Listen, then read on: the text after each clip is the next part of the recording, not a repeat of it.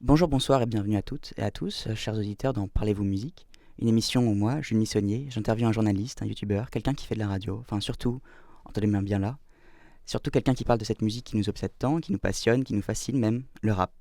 Avec notre invité, nous allons revenir sur son parcours d'auditeur avant d'être un écrivain du rap. Mon invité aujourd'hui, avant de s'intéresser au 808 et au multisyllabique, était plus branché cuivre et big band de jazz. Oh putain, Il est t'as bossé. journaliste, animateur de podcast, photographe pour Libé, SoFood, SoFilm, l'équipe, mais aussi la NRF du rap français, l'abécédaire du son. C'est Brice Boussavi. Bonjour Brice, comment vas-tu ? Salut, ça va très bien. Merci beaucoup pour l'invitation. Merci à toi franchement d'être venu me parler, à accepter dans cette émission qui est la première et j'espère qu'il y en aura d'autres. Donc avant de commencer, remontons un peu en arrière. Tu viens du sud-ouest, tu es né en 94 si je me trompe pas. Exactement.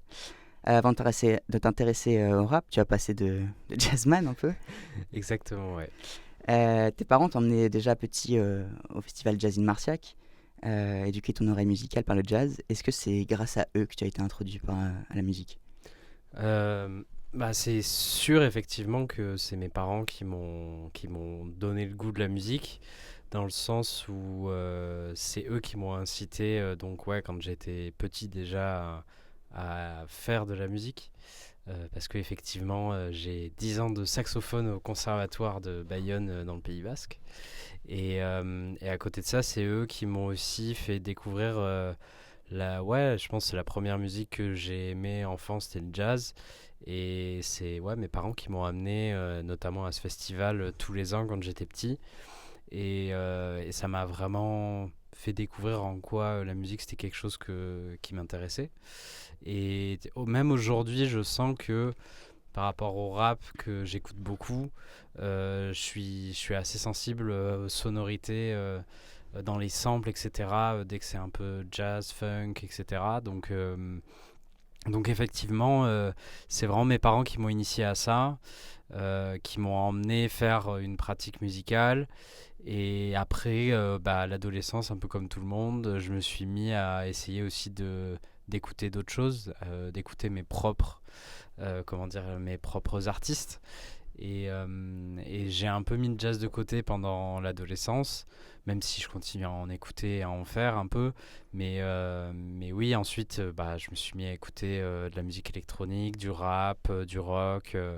Mais oui, c'est sûr que c'est mon environnement familial qui a beaucoup joué sur ma passion pour la musique aujourd'hui, quoi. Tes parents écoutaient pas du tout de rap Non, absolument pas. Même pas MC Solar, etc. Ils écoutaient vraiment pas de rappeurs, pas de rap, même si ils avaient aucune aversion pour ça, hein.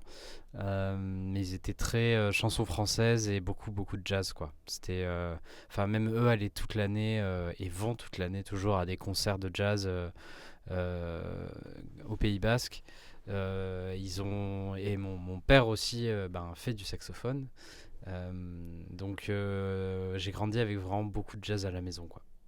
Donc tu dis que tu voulais écouter tes propres artistes. Comment tu arrives au rap J'arrive au rap assez tard dans l'adolescence, vers 16 ans, quelque chose comme ça. D'abord, j'ai eu une période de 12 à 14-15 ans, j'ai eu une période rock, où en fait notamment je lisais tous les magazines rock and folk. Et c'est vrai que c'est un magazine qui est assez cool pour ça, parce qu'il y avait beaucoup d'articles aussi rétrospectifs qui faisaient des longs papiers aussi, des fois sur des albums sortis dans les années 70-80. Et en parlant là, je me dis ça pourrait être intéressant d'essayer de faire ça sur le rap aussi. C'était au milieu aussi d'articles sur l'actualité rock Et moi, j'allais chercher le magazine à la base pour la couve avec, je sais pas, les Arctic Monkeys. Et à l'intérieur, il y avait aussi un article sur un plus vieux groupe que je connaissais pas et j'allais le lire. Et c'est vrai que ce mélange-là, ça a fait que j'ai découvert des choses. Ensuite, j'ai une période, après ça, j'ai une période musique électronique où j'ai beaucoup lu, j'ai beaucoup appris de la musique en lisant des magazines musicaux. Et du coup, j'ai ensuite voilà, appris pas mal de choses sur la musique électronique en lisant Tsugi Magazine notamment, chez qui j'irai en stage après.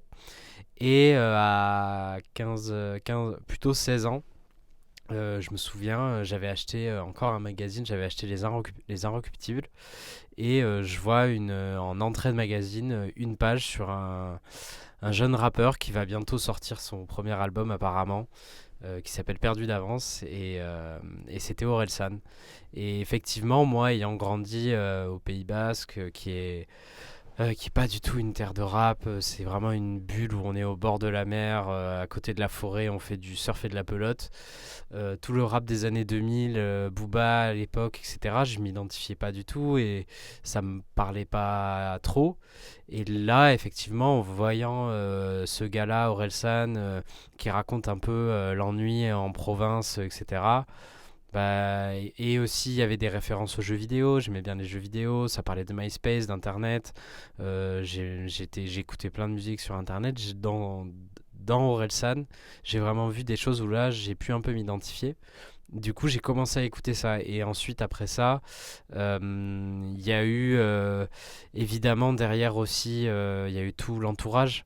Où pareil, il y avait un truc un peu plus sociologiquement, il y aurait un truc à faire, tu vois. Mais il y avait un truc peut-être plus proche de moi, classe moyenne, plus aussi un peu rap américain à l'ancienne, avec des samples de jazz aussi notamment. Où là, ça m'a parlé.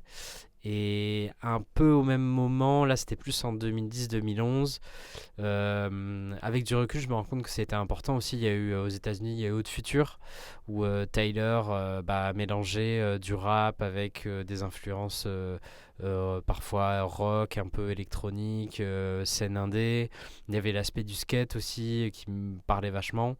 Donc ouais, c'est vraiment d'abord Orelsan, ensuite l'entourage et ensuite Odd Future qui m'ont vraiment plongé dans le rap. Donc toute fin des années 2000 et début des années 2010 quoi. Je crois que ouais, pour beaucoup, ça a été très important Mm. cette période. Et ça a été l'introduction pour beaucoup au rap, quoi, via Ouais. ces Orelsan, l'entourage, Nekfeu, etc. Et, euh, et, euh, et justement, là, t'es en 2010-2011. T'as quel âge? T'as 16 ans. Et tu sais ce que tu veux faire ou Ouais. pas? Alors en 2010, j'avais 16 ans. Et alors est-ce que je savais ce que je voulais faire? Pas trop exactement, mais en fait, du coup, vu que je savais pas ce que je voulais faire, je sais pas si ça existe encore, je prends au lycée l'option ES. Comme ça, je prends pas de risque. Et aussi, je détestais les maths. Et ouais, quand je suis en première au lycée, euh, un jour, je vois un magazine que je lisais, un magazine en ligne. Enfin, c'était un site en fait qui s'appelait Crum Magazine, qui poste une annonce. On cherche des nouveaux rédacteurs. Et je sais pas, sur un coup de tête, je me suis dit bah vas-y, je vais essayer de postuler. Et du coup, c'est ce que j'ai fait. Et ils m'ont dit bah si tu veux, propose-nous quelque chose que tu as écrit, on va voir ce que ça donne. Et j'avais écrit à l'époque sur le premier album d'un rappeur qui s'appelait Theophilus London. Ça se passe bien. Ils me disent bah nous on a bien aimé, donc on va le publier. Tu peux nous reproposer des choses. Et donc ça m'a motivé. Et après ça, je me dis bon bah, j'ai peut-être envie d'écrire sur la musique. Et donc je me crée à côté de ça mon blog à moi. Qui était sur Blogspot. Et en fait, du coup, toutes les semaines, j'écrivais un ou deux petits articles, soit sur les sorties que j'avais bien aimées dans la semaine, sur des EP que j'avais bien aimés. Je faisais des petits articles comme ça. Et du coup, je me mets pendant un an comme ça à tenir ce blog où j'écris. Et à côté de ça, j'ai donc Crum Magazine qui me dit bah si tu veux nous proposer d'autres choses, vas-y. Donc j'écris aussi pour eux. Et au fur et à mesure, je me rends compte effectivement que bah, ça me plaît bien quoi d'écrire sur de la musique. Et donc j'ai commencé à me dire ouais le journalisme ça pourrait effectivement bien me plaire. Et donc à 18 ans après mon bac, euh, bah, je postule à la fois pour... il y avait mon objectif numéro un, c'était école de journalisme, et je voulais essayer d'aller dans ce qui était encore des DUT, donc qui étaient accessibles en bac plus 0, et qui étaient des écoles de journalisme. En France, il y en avait deux à l'époque, c'était Tours et Lannion. Et j'ai passé le concours de Tours. L'écrit se passe bien, et par contre je me plante à l'oral, et donc je suis pas pris. Et au final je vais faire une année à la Sorbonne en histoire Sciences Po. Bon, ça me plaît pas vraiment parce que j'aimais pas trop le concept de la fac qui est un peu une grosse machine, et donc j'y reste 6 mois. Et là, j'arrête les cours à la fac, mais je vois en même temps, je me dis, bon, qu'est-ce que je vais faire pendant 6 mois? Et j'avais pour objectif de repasser l'école de journalisme de Tours, donc dans 6 mois. Et j'ai eu un peu un coup de bol. Au moment où j'arrête la fac, il y a Tsugi Magazine qui publie une annonce, on cherche un stagiaire. Et donc je leur ai écrit et j'ai eu un entretien, je suis allé les voir. Et bah, je leur dis, voilà, j'ai ce blog, j'écris pour aussi ce média-là. Et ils m'ont pris en stage. Et vraiment, ça m'a vraiment beaucoup, beaucoup servi. Et je suis très reconnaissant de Tsugi Magazine pour ça. Parce que pendant 6 mois, ben, j'ai écrit dans ce magazine. Et je me souviens très bien, 6 mois après, je retourne au concours de l'école de journalisme de Tours. Et je passe l'écrit. Et à l'oral, j'étais arrivé carrément avec des magazines où j'avais écrit, etc.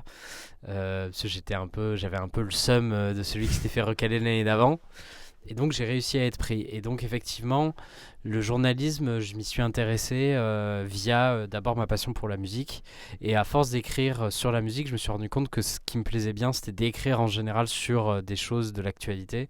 Et j'ai fait une école de journalisme en fait pour me professionnaliser, et aussi pour essayer d'aller écrire sur autre chose que de la musique, essayer de faire d'autres choses, d'autres formats que juste du blog et de la chronique, quoi. Assez rapidement, tu viens à l'écrit quand même. Ouais, La totalement. transition entre. Ouais, tu commences à écouter du rap Ouais. et t'as tout de suite écrit que sur du rap ou c'était Bah au final assez général? non, parce que sur mon blog à l'époque j'écrivais sur du rap, de l'électro, de la pop indé. Chez Chrome Magazine j'ai interviewé beaucoup de groupes de rock indé au final. J'avais interviewé par exemple un groupe qui s'appelle Franz Ferdinand, Vampire Weekend. Et à côté de ça, je faisais aussi du rap. J'avais notamment fait un article sur le collectif qui avait fait tous les clips de 1995 qui s'appelait Le Garage à l'époque. Je les avais rencontrés avec Sneezy. Et aujourd'hui, parmi ce collectif, et je l'avais interviewé à l'époque, il y a Cyril Boulanoir Ouais. qui a été le réalisateur des Étoiles Vagabondes du film de Nekfeu. Et en rap, j'avais aussi fait. Qu'est-ce que j'avais interviewé? C'était pas sorti, mais j'avais interviewé L'Homme Pâle à l'époque de Oui. 7 Foutues Perles en Ok. 2013 quand même. J'avais interviewé la rappeuse Iggy Azalea aussi.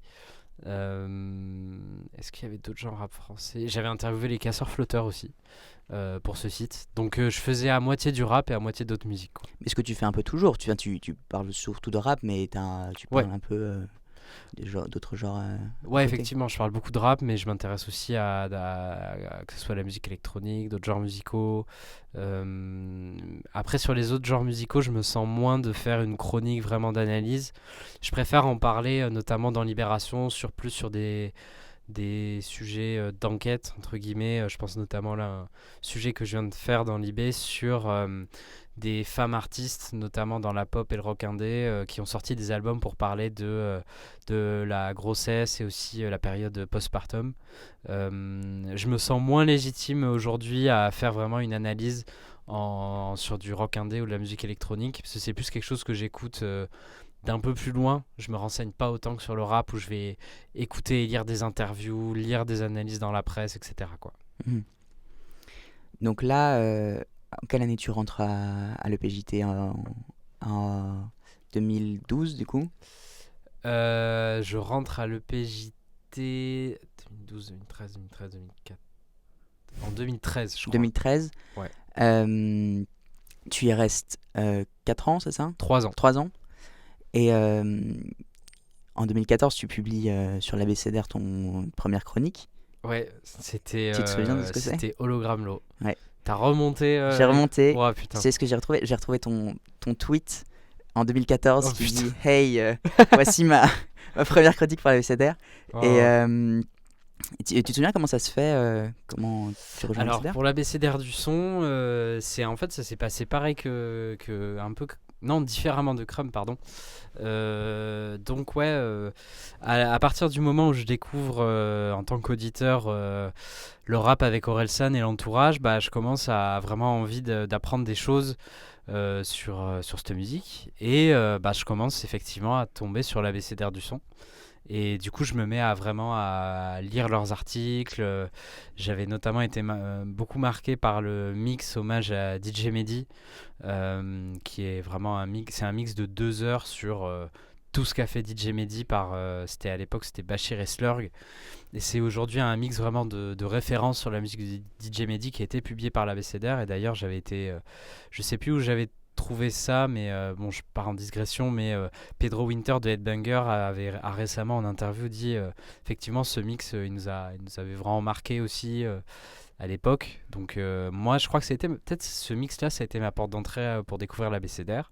Et je les lis pendant 1 an, 2 ans, et je me dis waouh, c'est trop bien ce qu'ils font, etc. Et un jour bah, je me dis bon vas-y, je vais essayer. J'écris un message, un DM Facebook à la page de l'ABCDR du son. Je dis voilà, j'écris pour Crum Magazine, j'ai aussi mon blog, mais je peux pas trop écrire sur le rap, et c'est quelque chose qui me plairait vraiment, enfin le rap français notamment, et j'aimerais beaucoup le faire beaucoup plus, et notamment parler de toute la nouvelle scène avec l'entourage, etc. Est-ce que ça pourrait vous intéresser? Et apparemment j'ai eu un coup de bol parce qu'il répondait pas souvent au DM, mais l'ABCDR me répond, signé un certain Mehdi, qui me dit ben oui, pourquoi pas et tout. Et donc je parle par mail après avec Jean-Baptiste Vieille qui était rédacteur en chef à l'époque, et bah, je lui envoie une chronique, et je crois que c'était Hologramlo. Et donc je lui envoie ma chronique, il la reçoit, et ça c'est un peu l'école ABCDR par rapport à d'autres sites, c'est que après il m'a un peu travaillé, il m'a fait des retours sur la chronique et je l'ai réécrit 2 ou 3 fois, et au bout de la 3e fois il a dit bah là ça nous semble bon, donc on va la publier quoi. Donc je suis vraiment rentré à l'ABCDR via une candidature spontanée en leur écrivant en message sur Facebook, à l'époque où Facebook était encore un réseau social cool quoi. Ouais. Et donc en parallèle de ça, tu continues ton école. Ouais, en fait, je suis rentré à l'ABCDR en septembre, octobre 2013, quelque chose comme ça, ou alors c'était 2014, je sais plus, mais c'est pile au début de ma première année d'école de journalisme.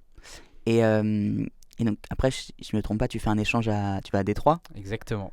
Et comment ça t'a marqué ça par rapport au rap, à la musique en général?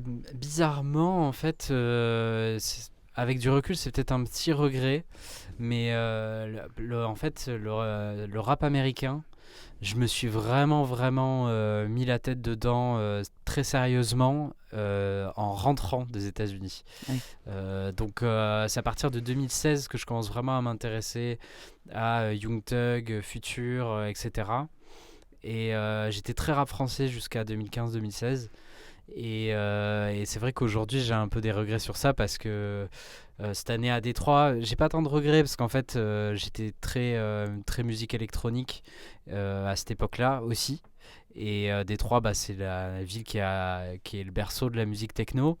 Et du coup, j'ai beaucoup été dans des soirées techno à Détroit. Donc c'était génial d'aller vraiment écouter la musique qui a été créée par une ville. Mais je pense, si je regarde, je pense que je le ferai pas parce que je vais m'arracher les cheveux. Mais si je regarde aujourd'hui les concerts de rappeurs américains qui passaient à Détroit quand j'y étais, je pense qu'il y a eu des Young Thug, des Futurs que j'ai ratés. Après, au final, je me suis rattrapé, j'ai réussi à les voir en France. Mais le rap, J'ai un petit peu lâché le rap. Enfin non, c'est ouf de dire ça. Non, j'ai pas lâché le rap, mais j'ai pas profité du fait d'être à Détroit pour aller voir des rappeurs américains ou écrire sur le rap américain. Parce que à l'époque, j'écoutais beaucoup de rap français en fait, avec, enfin, toute la trappe aussi, Caris. Oui, c'est la euh, période où la trappe arrive en voilà, c'est France. ça. C'est PNL aussi. PNL. Je découvre PNL à Détroit. C'est vrai, je me souviens le premier jour où j'ai écouté Le Monde ou Rien, j'étais dans ma chambre étudiante à Détroit. Je me souviens de ce moment. C'était quelqu'un qui m'avait dit tu connais ce groupe et il m'a envoyé Le Monde ou Rien et j'ai pris ma tarte. Euh, ouais, en fait, c'est bizarre parce que je me rends compte que j'ai vraiment vécu l'explosion du rap français de 2015 en n'étant pas en France, quoi. Et du coup, je suivais beaucoup ce que faisait l'ABCDR parce que j'étais dans la rédac, mais j'ai très peu écrit sur l'ABCDR en 2015 parce que je faisais beaucoup de trucs en fait plus sur Détroit pour des je pigeais en fait j'ai fait un move assez intelligent avant d'arriver à Détroit. J'ai contacté notamment Society Magazine en leur disant voilà, je suis étudiant en dernière année d'école et je vais partir vivre un an à Détroit. Est-ce que si j'ai des choses intéressantes, je peux vous proposer des sujets? Et du coup, ça c'est étonnant, mais il m'avait dit bah si tu veux passe au bureau, on en discute. Et du coup, c'est comme ça que je rencontre Society. Et j'avais fait un stage chez Rue 89 aussi l'été avant de partir à Détroit. Donc je leur dis voilà, est-ce que je peux vous proposer des piges si j'ai des choses? Et j'avais contacté les Arocs aussi. Et du coup, effectivement, durant l'année, j'ai fait 3-4 articles pour Society, les Arocs, Rue 89 à Détroit. Mais j'écrivais vraiment sur Détroit, l'aspect social, etc. et pas sur l'aspect musical, quoi. Je crois. Enfin, quoique, si, pour Tsugi, j'ai fait un article sur un musée de la techno en ville, etc. Mais j'ai moins fait de sujet musique à Détroit que quand je suis rentré, quoi. Et donc depuis 2014 et la chronique sur Hologram Low, je crois que c'est Mm. 42 publications sur ABCDR. Ouais, Et, mais ce que j'observe, c'est que petit à petit, tu te tournes plus vers le podcast, j'ai l'impression. ouais, Là, récemment, il y a eu deux podcasts, deux interviews ouais, croisées, BBP, Prinsley et Giorgio et Laura Felpin qui ouais. sont sortis. Et quand est-ce que tu te tournes vers le podcast? Alors, moi, je me tourne vers le podcast d'abord via Mehdi Maizi qui m'intègre petit à petit à No Fun. Et c'est un format qui me plaît pas mal. Et ensuite, encore grâce à Mehdi, Binge Audio, la boîte de podcast de No Fun, est contactée par le journal L'équipe en 2018 parce que l'équipe veut faire un podcast sur le foot et le rap. Mehdi m'appelle et me dit voilà, on a eu cette proposition, je sais que t'aimes le foot, etc. Est-ce que ça te dirait de m'aider là-dessus? Et donc, bah, on réfléchit à un format voilà, d'interviews croisées de rappeurs et de footballeurs pour l'équipe. Euh, et donc, ensuite, à côté de ça aussi, je veux pas réécrire l'histoire, mais je crois que c'est moi qui dis en 2017 bah, les gars, à la BCDR, les gars, ça pourrait être cool de faire un podcast d'analyse des sorties tous les 3 mois. Notamment parce qu'on connaît Binge Audio et au début Binge Audio, donc la boîte de podcast qui produisait le podcast No Fun, bah, nous accueille et nous prête leur matériel, etc. Donc au début c'était beaucoup de podcasts de talk vraiment. Effectivement en fait il y a eu l'expérience 1-2 donc avec l'équipe qui m'a vraiment plu, préparer une émission et le rapport aussi à la voix, d'entendre la personne qui parle. Et du coup ça commence à me donner envie. Ensuite à côté de ça j'étais dans une association sur le foot qui s'appelait Tatane. Et donc là, je commence à me dire, je vais essayer de lancer via cette association, qui était une association présidée par Vika Jorasso. Je dis, je vais essayer de lancer un podcast qui s'appelait Les Rencontres Tatane. Et c'était en fait des interviews de personnalités du football dans un bar à Belleville. Et du coup, ça me plaît de plus en plus quoi, de faire des interviews aussi à l'audio. Et donc à côté de ça, je commence à me dire aussi, ça peut être intéressant que en tant que journaliste freelance et pigiste, je me diversifie un peu et je sache aussi faire d'autres trucs. C'est aussi pour ça que en rentrant de Détroit, je me mets aussi à faire pas mal de photos. Parce que je me dis, c'est toujours une corde en plus à mon arc, même si j'aurai jamais le niveau d'un photographe pro. ça peut toujours être intéressant pour démarcher des rédactions. Et du coup, sur le podcast, effectivement, à partir de 2018-2019, je me dis, je vais essayer de faire du format podcast. Et donc, je fais ce podcast pour Tatane, podcast pour l'équipe. Et ensuite, j'ai la boîte de podcast Louis Media qui m'écrit en 2020, parce qu'ils veulent faire un podcast sur le football et la société. Et ils avaient entendu mon podcast pour Tatane. Et du coup, ils me proposent de bosser là-dessus. Et donc là, ça s'appelait Football Society.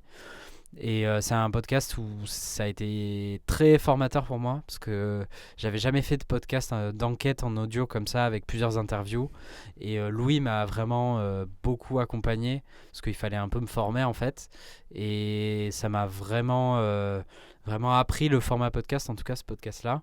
Et donc après, depuis ça, aujourd'hui j'ai autant envie de faire de l'écrit que du podcast. C'est vrai que sur l'ABCDR du son, en fait on a du matériel on a acheté notre propre matériel depuis 2018, quelque chose comme ça. Et en dehors des podcasts trimestriels, on en faisait très peu. Et là, depuis quelques mois, je me suis dit, j'ai ce matériel-là. Sur l'ABCDR, ça fait longtemps que j'y suis, donc je peux faire un peu ce que je veux. Autant en profiter pour essayer de faire des choses, quoi. Et c'est vrai que depuis un an, j'ai fait ces podcasts hors série. J'ai monté ce format que j'aimerais bien réussir à refaire qui s'appelle Trajectoire, qui est des interviews de rappeurs un peu sous la forme de masterclass pendant 1 heure et demie sur toute leur musique.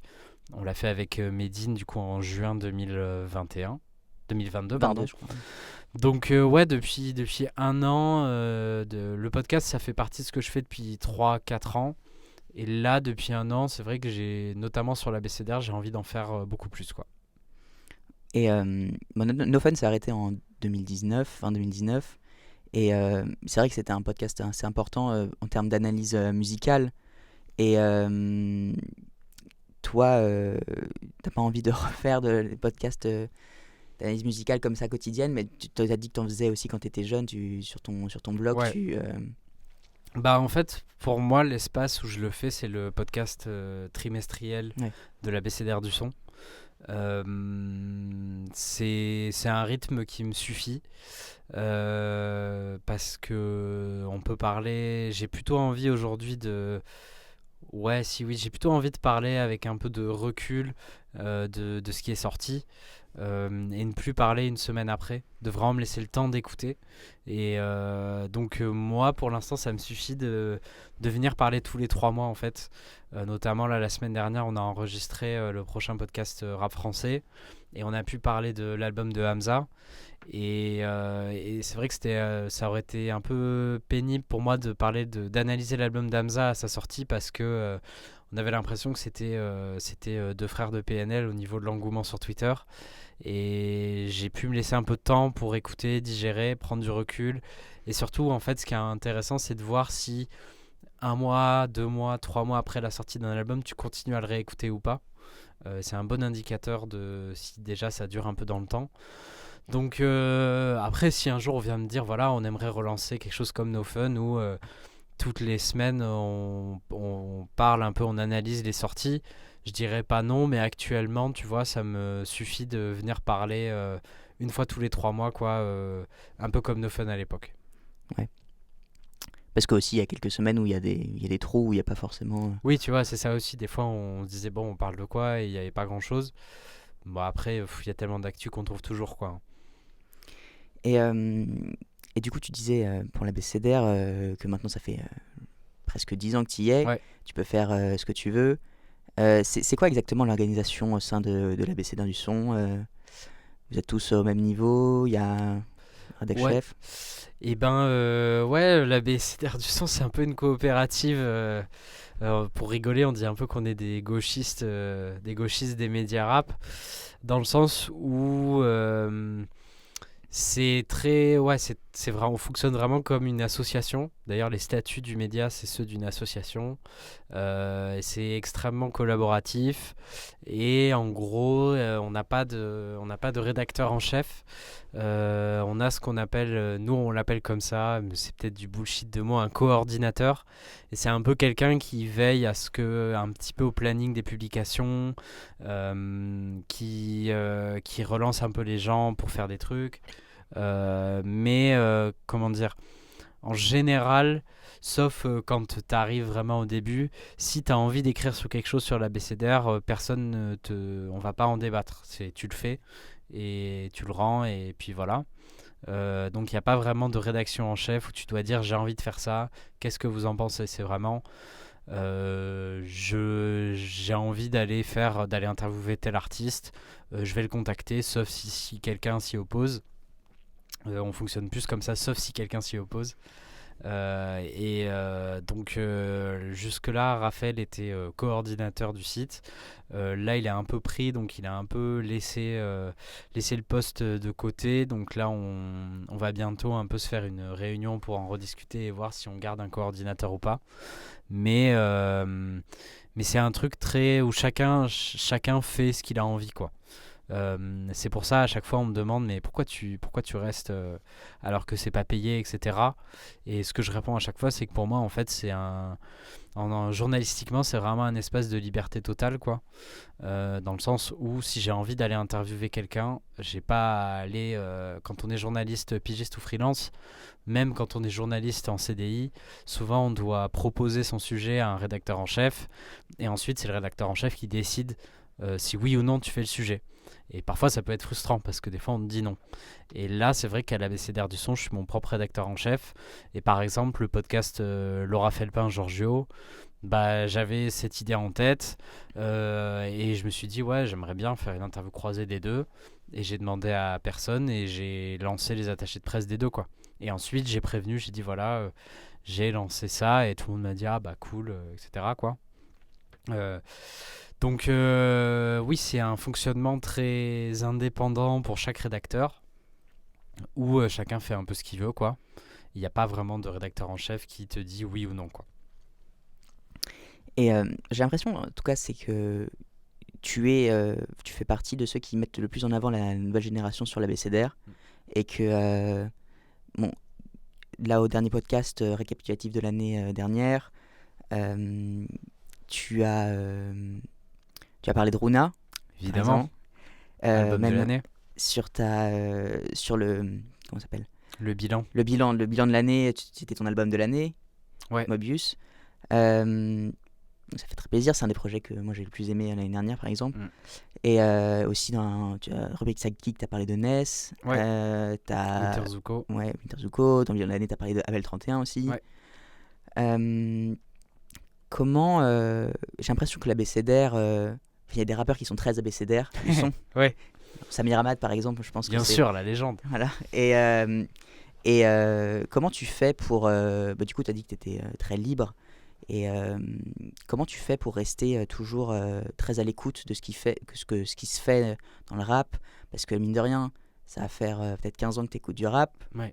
Et, le rap, il y en a des rappeurs, il y en a des nouveaux toutes les Toutes 3 les semaines. semaines, c'est ça. Et comment on fait pour rester toujours à l'écoute et avoir toujours la même qualité d'écoute pour que ce soit un tout petit rappeur que le plus gros rappeur mainstream ou la légende de underground Ouais.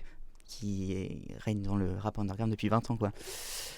Ben, je lis beaucoup, j'écoute beaucoup de podcasts, j'adore lire des articles et écouter ou regarder des vidéos YouTube. Sur mon ordinateur, mon navigateur web, c'est un niveau anglais, c'est un enfer. Il y a genre toujours 40 onglets. Et je suis tout le temps sur Twitter aussi. Twitter, c'est vraiment la meilleure et la pire source pour s'informer sur l'actualité musicale. Meilleure source parce que effectivement, si tu t'abonnes, Twitter aussi Instagram, en vrai, si tu t'abonnes au bon compte qui relaie vraiment l'actualité, bah t'as l'info qui vient sous tes yeux. Par contre, t'as que des avis à l'emporte-pièce aussi, où tout ce qui sort, c'est album de l'année. Et ouais, en fait.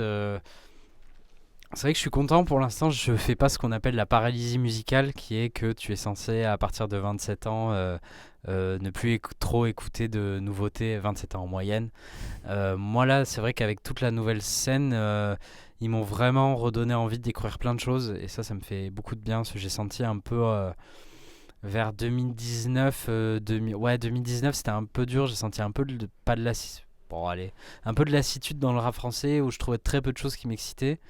Et vraiment, je pense que quelqu'un comme Laylo avec Trinity a relancé quelque chose, quoi. Où beaucoup d'artistes avaient l'impression qu'ils pouvaient pas faire une proposition un peu singulière, un peu différente, et ils se disent ça va pas marcher parce que les gens veulent écouter Niska et des tubes, quoi. Et donc, ouais, moi. Laylo, je trouve qu'il a vraiment enclenché un nouveau truc qui, moi, déjà, ça m'a fait du bien, cet album-là. Et ensuite, j'ai vu plein d'artistes comme ça émerger avec le label Sublime, Runa Luther, le label Nava aussi, avec Winter Zuko, Abel 31, etc., qui mélangent aussi des choses qui me parlent en dehors du rap, que ce soit la musique électronique, parfois le rock, etc. Et c'est comme ça que ouais, je m'informe, je m'abonne à beaucoup de comptes Instagram de médias, ou aussi là j'y pensais. Juste, tu t'abonnes au compte Instagram par exemple d'Abel 31. Hier, j'ai vu en story qu'il a partagé un autre artiste qui s'appelle Wasting Shit. Et je vais aller avoir le réflexe d'aller voir et de mettre de côté sur Spotify. J'ai mis hier Wasting Shit de côté sur mon Spotify parce que j'ai vu Abel 31 le partager en story. Donc je me dis, si lui le partage, c'est que ça doit être intéressant. Et je me dis, j'écouterai plus tard. C'est des nouveaux curateurs. Voilà, c'est ça en quelque sorte. Et en fait, je retrouve beaucoup avec toute cette nouvelle scène, un peu de la next gen, la même énergie collective qu'il y avait avec l'entourage. Et encore, cette scène-là le fait moins, mais je sais pas si tu avais suivi à l'époque, et je trouvais ça vraiment bien. Quand par exemple Alpha One partageait un nouveau projet, une nouvelle mixtape, un nouvel EP avant Une main lave l'autre, hein. Donc on est en 2014-2015. Tous les membres de l'entourage changeaient leur photo de profil avec son projet et partageaient. Et surtout, ils relayaient tous les clips de tous les autres gens dont ils sont proches. Et du coup, j'ai découvert toute cette scène grâce à cette énergie-là. Et avec un peu la next gen, même s'il y a un peu des équipes séparées, il y a un peu ce truc au moins de partager en story les sons que font leurs potes et tout.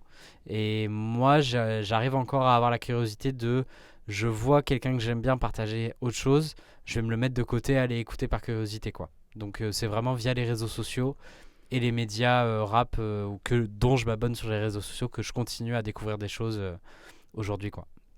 Mais aussi, tu parles, eux se donnent de la force entre eux, etc. Mais j'ai l'impression cette nouvelle génération est un peu discrète aussi, Mm. nouvelle scène. Est-ce qu'en tant que journaliste, c'est pas un peu frustrant de Oui. Ouais, de pas pouvoir Ouais. leur parler? C'est, je crois que Média en parlait. En tant qu'auditeur, je trouve ça me dérange pas. J'aime bien justement le côté mystérieux. En tant que, en tant que journaliste et aussi ouais, allez, fan de rap un peu buté à cette musique, bah oui, t'aimerais bien entendre un jeune crack expliquer un peu sa musique, quoi. Mais je vais parler en tant que journaliste. Ouais, bien sûr, c'est frustrant de pas pouvoir discuter avec tous ces rappeurs parce que c'est vrai que bah, ils refusent quasiment tous refusent des interviews pour l'instant. Euh, Quoique, on m'avait proposé de faire Runa sur la BCDR il y a un an et je l'écoutais pas encore trop. Je pense que je vais m'arracher les cheveux plus tard. Mais c'est vrai que c'est une nouvelle scène qui, je pense, veut s'opposer un peu aussi comment dire, au bruit constant sur les réseaux sociaux, avec tout le monde qui prend la parole tout le temps et tout, et qui veut vraiment mettre la musique au centre du truc. Et donc j'aime bien cette intention-là. Après, oui, j'aimerais bien les entendre un peu plus en interview. Après, c'est vrai que j'aime bien le côté parole rare. Donc quand il y a une interview qui est donnée, c'est un vrai moment. Quand Laylo va faire une interview avec Click, c'est un peu un événement. Je trouve ça plutôt cool. Et je m'en suis pour l'instant pas mal sorti. J'ai donc j'ai un peu un biais par rapport à ça. J'ai réussi à me débrouiller pour interviewer ces gens-là par un moyen ou une autre, ouais, là, d'une manière ou d'une autre. Genre Laylo, j'ai réussi à le faire dans SoFilm l'année dernière. Abel 31, là je l'ai eu dans un magazine qui s'appelle DRP. Donc j'arrive à ne pas avoir trop cette frustration de moi ne pas pouvoir parler avec eux. Même si forcément il y a des artistes que j'adore, que je pourrais pas interviewer. Mais, mais oui, journalistiquement, cette nouvelle scène, elle est un peu frustrante par rapport à ça parce qu'on aimerait bien les entendre parler. Après, tu vois, j'ai découvert par exemple, en fait, je pense qu'ils veulent un autre moyen de communication avec leurs auditeurs. Winter Zuko, par exemple, pour l'instant, ne veut pas faire d'interview. Par contre, il parle, Sur Twitter, il parle tout le temps sur Twitter. J'ai découvert que Luther a ouvert un Discord aussi.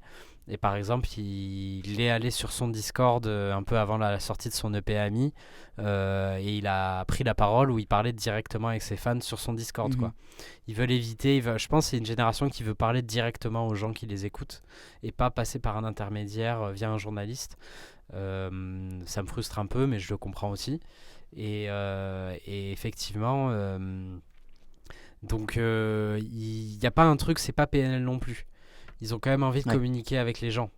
Et Winter Zuko, je trouve que c'est un bon exemple. Pour l'instant, il ne parle pas aux journalistes, mais il parle à ses fans, quoi. Mais je pense que le fait que ce soit pas PNL aussi, ça rajoute un peu de la frustration parce que tu sais qu'ils peuvent ils peuvent communiquer, mais pas avec toi, quoi. Oui, voilà, c'est ça. PNL, c'est radical. Oui, tout le monde le sait, ils parlent à personne. Voilà.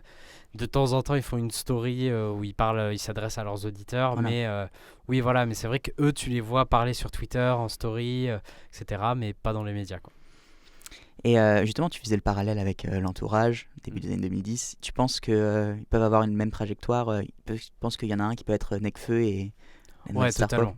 Là, en fait, moi, je ressens vraiment avec cette scène-là l'énergie que j'ai retrouvée au début de l'entourage. Je pense qu'on est vraiment à la période de 2011 à 2013-2014 de l'entourage.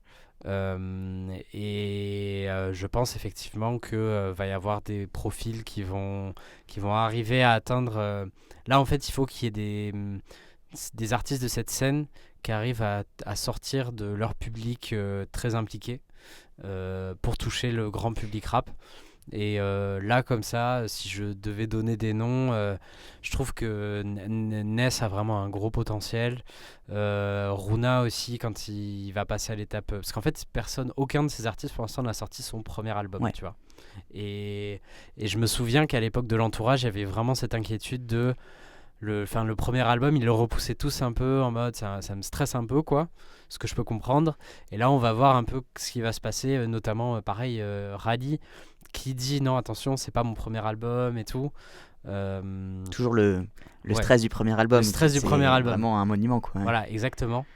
Et du coup, effectivement, du coup, tu me donnes une idée d'article ou d'analyse. Il y aurait peut-être un comparatif à faire entre l'entourage et cette scène-là, dans l'énergie, le truc, avec des fans très impliqués et le passage au premier album.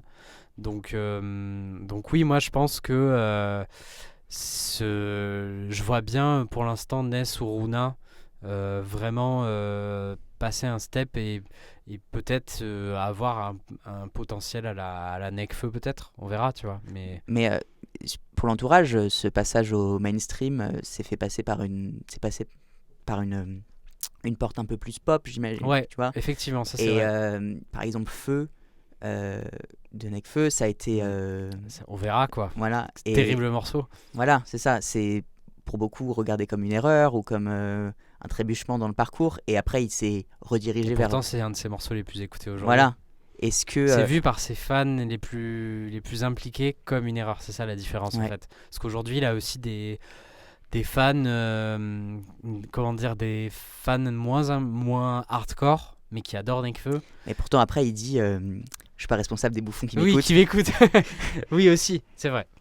Mais du coup, moi, j'ai l'impression que c'est justement cette nouvelle scène, et justement parce qu'il y a des rappeurs comme Alpha One qui sont passés après, avant eux, et qui ont montré que le rap pur et dur, ça pouvait marcher. Ça peut marcher, ouais. Et j'ai l'impression qu'ils vont pas faire ce passage pop radio et que C'est pas Ouais, nécessaire. ils vont sans doute avoir plus une trajectoire à la Laylo, à mon Ouais. avis. Après, tu vois, en fait, je pense qu'ils n'ont pas envie de toucher le très grand public qui n'écoute pas de rap. Ça, c'est vrai que c'est la différence. Mais là, l'objectif, c'est de toucher tous les gens qui écoutent du rap et qui aiment bien du rap. Ce qu'a, par exemple, fait Laylo sur Les Transistors de Mr. Anderson en invitant Damso et Nekfeu en featuring, tu vois. Mm. En gros, je pense que la stratégie, c'était d'attirer l'attention du public un peu plus mainstream du rap sur lui, même si ça avait été un petit peu le cas déjà sur Trinity avec le feat avec L'Homme Pâle. Et effectivement, on a vu que le spécial avec Nekfeu, ça lui a vraiment ouvert des portes en termes de popularité. Enfin, moi, j'ai vu des gens autour de moi qui aiment bien écouter du rap et qui écoutent Nekfeu, qui ont écouté Spécial et qui ensuite sont allés jeter une oreille à Les Transistors de Mr. Anderson. Pareil pour Damso, tu vois. Donc, et à mon avis, c'est vrai que cette génération va pas avoir envie de toucher le très grand public, mais ce qu'il faut se rappeler, c'est qu'à l'époque de l'entourage, l'écosystème il n'était pas du tout pareil. Mm. Le streaming était beaucoup plus faible, avait moins de poids, et pour te faire connaître, en fait, il fallait passer sur Skyrock et passer. C'est les derniers instants de Skyrock un peu. Enfin, les derniers instants de Skyrock, les C'est derniers toujours très gros instants. quand même, ce gros. Oui, les derniers instants de la suprématie de Ouais. Skyrock. Et donc Nekfeu, quand il fait On verra, effectivement, son but c'était de pouvoir passer sur Skyrock pour toucher une plus large audience. Tout comme quand Dean Burbigo fait le morceau Pas une autre. Pareil, là ils se disent il faut qu'on fasse un morceau qui peut passer sur Skyrock et aussi sur les chaînes de télé qui passent des clips. Ce qui n'existe plus du tout aujourd'hui, enfin qui est beaucoup moins fort. Les M6 ne passent presque plus de clips par exemple. Et à l'époque, c'était encore un peu un truc. Et là, en fait, aujourd'hui, l'écosystème fait que tu as moins besoin, je pense, de lisser ta musique pour avoir un succès plus populaire, quoi. Euh, Tu as fait partie du pôle de journalistes qui a sélectionné les artistes pour les Flammes, Ouais. qui se déroulent Le 11 le mai. 11 mai. Comment ça s'est passé comment on t'a approché pour faire partie de ce pôle de journalisme? Comment s'est passé le vote, etc.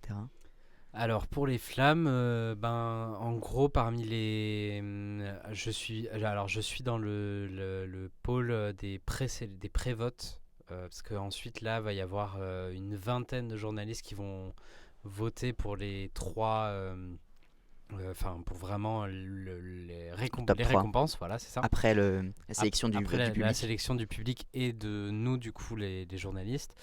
J'ai été contacté par l'équipe en fait de la cérémonie via leur attaché de presse, parce que notamment je connais un peu Yard, j'ai écrit pour eux en 2018-2019.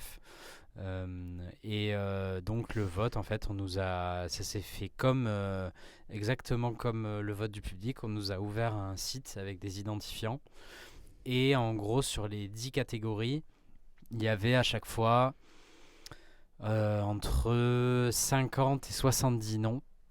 Les présélections, elles étaient vraiment assez grosses. C'était assez cool pour ça, parce qu'il y avait quand même pas mal de noms, même de petits noms. Je pense à Ben PLG ou des gens comme ça. Ils faisaient partie de la présélection.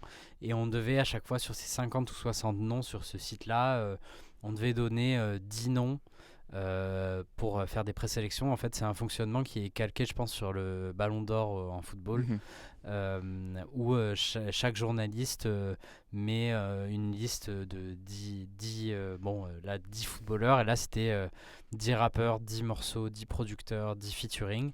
Et après, ils ont fait, je pense, par rapport aux centaines de résultats qu'ils ont eu, ils ont fait un top 5, top 6 des artistes et des morceaux qui revenaient le plus.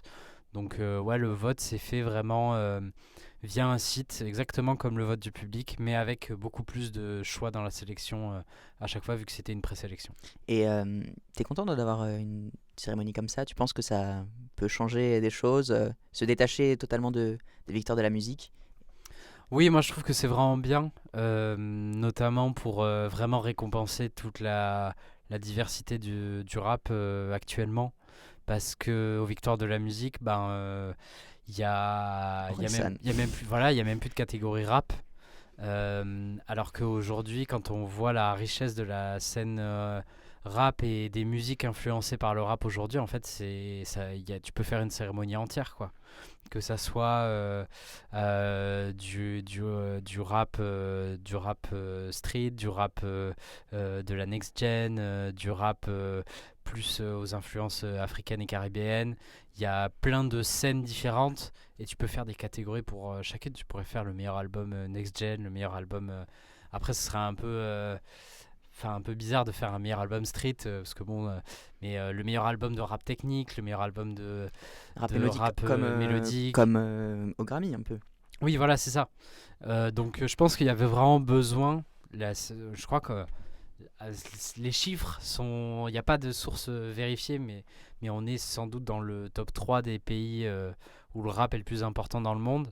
Et il y a tellement de scènes différentes que c'est important, oui, de mettre en avant toute cette diversité-là. Je trouve que les Flammes, en dehors de récompenser, permet de mettre en avant vraiment la richesse et la diversité des musiques rap, afro, caribéennes qu'il y a en France, qu'on voit presque pas aux Victoires de la musique, qui au final reste très chanson française au final, quoi. Tu as mentionné le podcast 1-2, qui à la base se faisait avec Mehdi Maizi. Ouais, Il est parti, et juste ça. exactement. Et avec Pierre-Étienne Minonzio de l'équipe. Euh, Tu dois donc bien aimer le foot. Tu supportes quelle équipe? Effectivement. Bah, moi, je supporte les Girondins de Bordeaux. Oui, C'est bon. assez douloureux comme ça. Ça va, ils sont On presque. est pas mal. On va peut-être remonter, Peut-être on va voir. remontés. Mais ouais, moi, ça a toujours été les Girondins de Bordeaux. Après, le foot, je le suis. Là, par exemple, depuis un an, j'ai moins le temps de regarder tous les matchs, de vraiment suivre. Et j'avoue que psychologiquement, la descente des Girondins, ça m'a fait vraiment mal parce que j'ai suivi les matchs de la dernière saison avant qu'on descende et j'ai vraiment pris un coup dur psychologique. Donc c'est vrai que je regarde beaucoup moins les matchs. Par contre, je continue à suivre d'un peu plus loin en écoutant tous les podcasts, toutes les analyses. Même c'est un peu débile en soi, mais j'écoute les analyses et les comptes rendus de matchs que j'ai pas regardés. Que ça soit avec Willou Foot, le podcast Big Five de l'équipe. J'avoue, j'écoute beaucoup l'After Foot aussi. Franchement, c'est mon guilty pleasure. J'avoue, Daniel Riolo, c'est un peu mon chocolat Milka à moi. Même si je trouve que j'aime beaucoup les débats en fait sur le monde du foot dans l'after plus que les analyses de match. Donc le foot, ouais, c'est un truc qui est aussi vachement important pour moi. Et j'adore faire des comparaisons de foot quand je parle de rap. Mais je suis un peu moins à 1000%. Il y a eu une période où je regardais beaucoup les matchs. Aujourd'hui, je suis les résultats et j'écoute beaucoup les analyses. Mais je me pose moins devant un match pendant 90 minutes. 1-2, ça existe depuis 2019. Il y a eu 10 épisodes, Ouais, je crois même qu'on en est à 11 maintenant. 11. Donc le dernier, c'était. Non, j'ai un trou. Sams et Mathieu Sam, c'est Valbuena. Mathieu Valbuena. C'est compliqué de réunir Oui, les c'est un enfer. footballeurs. Ah oui. En fait, ouais, souvent, ce que je dis avec 1-2, c'est que c'est un enfer à organiser. Je pourrais écrire un livre entier sur les péripéties qu'on a eues avec les annulations de dernière minute des footballeurs, des rappeurs, soit parce qu'ils étaient blessés, soit parce qu'ils avaient fait un mauvais match le week-end avant, soit parce qu'il y a eu le Covid. On a eu droit à tout. C'est plus Mais les footballeurs qui posent problème. ouais, c'est beaucoup les footballeurs en vrai. Mais ça, c'est un problème plus global. La difficulté aujourd'hui d'avoir des interviews avec des footballeurs. Les footballeurs sont vraiment contrôlent leur communication au maximum.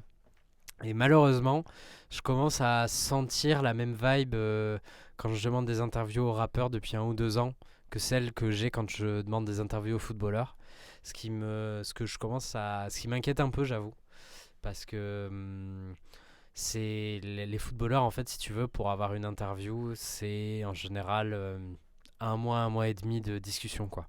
C'est vraiment qu'est-ce que vous voulez faire? Oui, mais pas tout de suite.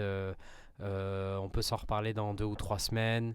Et si on t'a dit oui, mais qu'entre-temps, le club du joueur enchaîne 3 défaites, Ouais. ils vont dire ouais, là, c'est pas le bon moment. Ouais, la phrase, c'est pas le bon moment. Elle est dans le foot, tu l'as tout le temps. Mais du coup, j'ai pas fini ma phrase. Donc je dis, c'est souvent, ce podcast, c'est un enfer à organiser. Mais par contre, dès que les micros sont ouverts, c'est génial, quoi. Enfin, et c'est ça qui nous fait garder ce format autant que possible. C'est que dès qu'on y arrive et qu'on a les deux qui discutent ensemble et tout, ça donne vraiment un truc qui sort de l'interview promo habituelle du footballeur. Et le footballeur parle différemment, le rappeur parle différemment quand il est tout seul. Et ouais, l'exemple de Sams et Valbuena, c'est génial parce qu'on a vraiment réussi à avoir une discussion entre deux amis d'enfance avec Valbuena qui parle vraiment de ses années en centre de formation avec Sams, etc.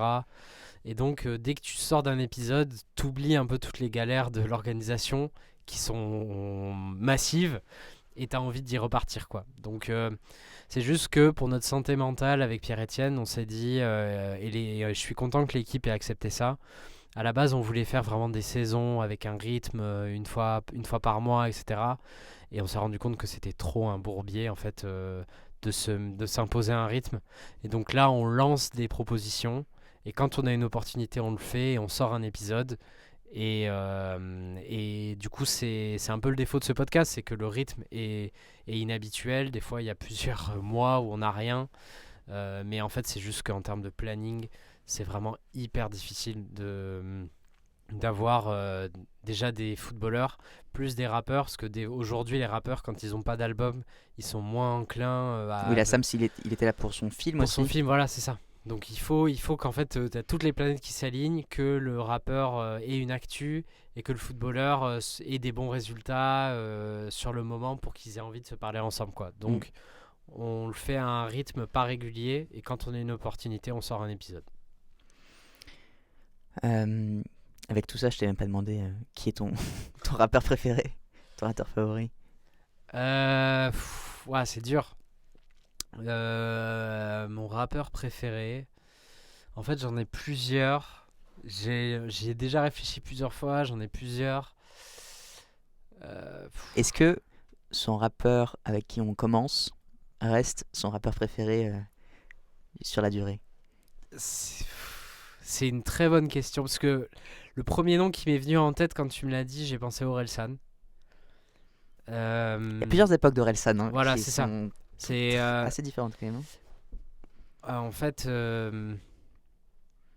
et Orelsan est peut-être deuxième parce que effectivement, par exemple, le chant des sirènes, il y a plein de trucs que je trouve qui ont mal vieilli. J'ai écouté il y a pas très longtemps, c'est Ouais, tu vois. difficile parfois. Hein. Je trouve que Perdu d'avance a mieux vieilli que le chant des sirènes. Si, je sais qui est mon rappeur préféré en fait. Si, c'est Drake. C'est Drake parce que, comment dire, musicalement, il a exploré plein de choses. En fait, c'est à la fois un rappeur qui accorde beaucoup d'importance au rap, qui a un buté de rap et qui sur tous ses albums va te faire des morceaux où il va mettre des bars et tout. En fait, ça me plaît parce que il y a à la fois dans sa musique le côté très rap et à la fois dans sa musique le côté aller chercher des influences dans d'autres genres musicaux, que ce soit le R&B, la musique électronique, la musique des Caraïbes. Et ça, moi, le mélange, c'est un truc qui me parle. Et à la fois, il y a un troisième truc. Moi, j'aime beaucoup le rap qui raconte vraiment des choses, introspectif. Et Drake, c'est ça à fond. C'est vraiment le rap intime qui parle de choses personnelles. Et c'est pour ça que je tiens toujours cette position intenable. J'avais dit à... Non, j'avais pas dit que j'avais été déçu, mais à l'époque de No Fun, j'avais dit que Une main lave l'autre était pas un album qui m'avait... que je trouvais bien, mais qui m'avait pas forcément touché. Je me souviens, je crois. Voilà, en 2023, je maintiens cette position, même si je trouve que c'est un album important, c'est un super album que je me réécoute pour me faire plaisir. La même année, oui, je crois que c'est la même année, Dinos sort Imani. Et Imani, c'est un album que je préfère à Une main lave l'autre parce que ça rappe et à la fois il y a des choses très personnelles, introspectives où moi je peux trouver, aller chercher. Enfin, j'aime beaucoup le côté émotionnel en fait dans le rap et la musique d'Alpha par rapport à moi, il y a peut-être pas assez d'émotion dans ce qu'elle raconte. Et c'est vrai que Dinos me parle plus sur ça, donc j'ai ce truc là où j'aime bien l'introspection, l'émotion. Et donc effectivement, Drake, il mélange mon côté fan de rap, vraiment, avoir des bars, rap new-yorkais et tout, à la fois le côté introspection et à la fois aller chercher d'autres genres musicaux et tester d'autres choses, quoi. Et c'est pour ça que Runa, c'est mon album préféré aussi. C'est parce que à la fois sur Mobius, il y a un côté vraiment rappé, Céline, pas pour rire. À la fois, il y a un côté très émotionnel avec les morceaux où il parle de rupture, de machin. Et à la fois, il y a un côté mélangé avec d'autres genres musicaux. Et quand tu mélanges ces trois-là, bah, tu deviens mon rappeur préféré. Et Donc, surtout, ce qui est fort, j'ai l'impression, chez Runa, c'est qu'il arrive à le faire dans un seul morceau aussi. Il arrive à ouais, combiner aussi plein d'influences, plein de. Et tout ça dans. Mobius, c'est combien de c'est morceaux? 10 titres, Voilà, 10 ou 11 titres, ouais. donc c'est très fort. Et je reviens sur Imani. J'ai l'impression que Dinos, il est allé encore plus loin sur Taciturne. Oui. Tu préfères toujours Imani à Taciturne? Ouais, parce que je trouve que en fait, Taciturne, c'est l'album que j'aime le moins de Ah ouais? Dinos. Ouais, Tu préfères les récents? je préfère Stamina, ouais. Et Hiver à Paris? Je préfère Hiver à Paris, ouais. Ah ouais? Franchement, ouais. Parce que, en fait, Taciturne, je trouve qu'il y a il est un peu trop, comment dire, inconstant en fait dans sa tracklist. Je trouve qu'il y a des moments de très haut, notamment l'enchaînement Les garçons ne pleurent pas, Taciturne avec Dossé, etc. C'est les top carrières de Dinos. Et il y a des morceaux où je sens trop en fait sur Taciturne le côté calcul de. On a vu que les sons tristes de Imani, que ça soit Les Pleurs du Mal ou Helsinki, c'est ceux qui ont le plus fonctionné. Donc je vais en faire une formule et je vais refaire ça sur Taciturne. Et effectivement, il y a des morceaux où je sens trop. Au secours, par exemple, je trouve. Il m'intéresse pas trop ce morceau. Je trouve. Ça sent un peu trop la douille pour faire un morceau grand public. Ouais, ou pareil, l'enchaînement Frank Ocean et Wow, je trouve que ces morceaux, ils ont aucun intérêt. Il y a vraiment des morceaux que je trouve très faibles dans l'album, à côté de morceaux très forts. Là où par exemple Stamina, et ça j'avoue, je sais qu'il y a plein de fans qui aiment pas Stamina. Moi j'ai adoré le côté plus rap de Stamina en fait. Et à côté le côté plus mélodique, Paranoïaque, je trouve que c'est un morceau incroyable. Le morceau avec Tyke, je trouve génial aussi. Je trouve qu'il est plus constant dans la qualité sur Stamina, même si j'ai été triste que Dinos renie Stamina sur Hiver à Paris, alors que je trouve que c'est vraiment un bon album à la fois de rap et à la fois un peu accessible à l'écoute, quoi. Là où Taciturne, vraiment c'est des hauts et des bas pour moi sur cet album, où vraiment les bas, je les trouve vraiment pas bien, quoi. Un rappeur que t'aurais aimé interviewer, que t'as pas fait encore? Nekfeu, évidemment. Vraiment, Nekfeu, si tu m'entends, c'est vraiment, ouais, j'adorerais discuter avec Nekfeu. Et ça, c'est un regret. Après, oui, j'étais aux États-Unis à ce moment-là, et donc je pense que je peux pas avoir de regret, mais il a fait des interviews à l'époque de Feu. Ouais. Et Là, c'est il en pas a du fait tout là. beaucoup. Et ouais, il a arrêté. En fait, je pense que c'était un matraquage à l'époque de Feu. Il a tout fait. Il a fait tous les médias rap, tous les médias généralistes. On Tout. n'est pas couché. On n'est pas couché. Et, et je pense qu'il y a eu. Et c'est aussi ça qui a fait son succès, c'est que il a vraiment bastonné pour être partout. Et d'ailleurs, sur l'ABCDR, j'avais fait un article à l'époque sur ça. Sur un peu un truc à froid au moment de la réédition de Feu, où j'analyse un peu j'analyse un peu son année et je dis que moi-même qui étais fan, j'ai été écœuré en fait à force de le voir partout dans toutes les télés, les radios, les trucs. Donc peut-être que j'aurais pu faire une interview à ce moment-là, mais en fait j'étais à Détroit, donc j'aurais pas pu. Mais oui, c'est vrai que Nekfeu, j'aimerais vraiment beaucoup, j'aimerais discuter avec lui. Mais lui, je pense que là, il a tiré le trait sur la notoriété, le fait de parler, de tout ça, il a pas envie, je pense. Mais du coup, par contre, c'est vrai que sur l'ABCDR, du coup, il va croire que je suis obsédé par lui. Mais j'ai fait beaucoup d'interviews avec des gens qui ont bossé avec lui. Parce qu'en fait, j'aime beaucoup toute Avec cette Diaby équipe. récemment. Diaby, Selman Faris, Regular qui a fait les pochettes. En fait, j'aime beaucoup vraiment tout le travail que fait Don Dada, Senzu. Je trouve qu'ils sont hyper forts. Et c'est vrai que je suis passionné par tout ce qui a trait à cette scène-là, l'entourage, etc. Et c'est pour ça que je vais les voir, pas par rapport à Nekfeu. Euh, mais, euh, mais ouais, c'est Nekfeu. Mais par exemple, tu vois, je suis content parce que j'ai peur qu'il en fasse plus après d'avoir réussi à avoir une interview avec Laylo, quoi.